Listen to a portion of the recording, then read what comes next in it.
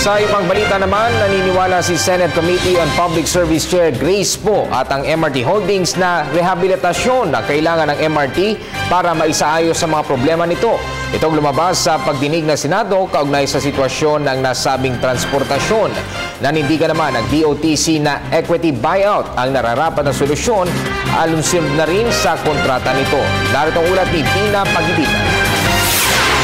Dahil sa tumitinding lagay ngayon ng mga kalsada sa Metro Manila, marami sa mga pasahero ang pinipili na lamang mag-LRT o MRT. Dahilan kaya naman patuloy ang pag-akyat ng bilang ng mga pasahero sa tren ayon sa tala ng Department of Transportation and Communications o DOTC.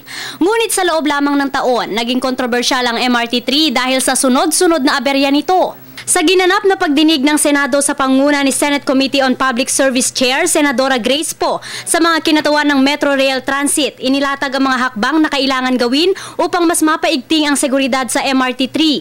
Naniniwala ang MRT Holdings na overall rehabilitation of system at hindi pagbili ng mga bagong bagon ang kailangan ng MRT. Iminumungkahi rin ng pamunuan na ibalik ang pagpapatakbo nito sa mga pribadong sektor. $98 million ang nakalaang budget sa rehabilitasyon. Let's come up with a fast-track solution to put this in place and to fix the system immediately. That's our priority. Fix it, take away the danger, bring back the convenience to the riding public, take away the queues, the long queues on the system, and make it safer in general for the public. Sinang-ayunan naman ni Senator Poe ang rehabilitasyon sa halip na pagbili ng mga bagong bagon. Gayunman, kasama daw dapat sa rehabilitasyon ang pagsasaayos ng mga palikuran, mga sira-sira o hindi na gumaganang elevator, escalator, safety handrails at maging mga aircon. Matatanda ang personal na sinubukan ni Senator Poe ang pagsakay sa MRT3 upang maranasan ang pang-araw-araw na daing ng publikong sumasakay ng tren. Basta ang malinaw dapat na natin gawin, kung sino man ang may-ari niyan, diskusyon nila yan sa pangmahabang panahon, pero ang kailangan gawin ngayon ay ang kaligtasan ng ating mga kababayan ay masiguro. Kaya yung maintenance sa contract, tututukan ko yan na masigurong mabigay sa isang kumpanya na hindi hausyaw. Gayunman, naninindigan ng DOTC na kailangang dumaan sa equity buyout ang MRT na naaayon daw sa kontrata. Para sa amin, ang klaro na ruta, dumaan ka sa equity value buyout dahil naka-spell out na doon sa kontrata.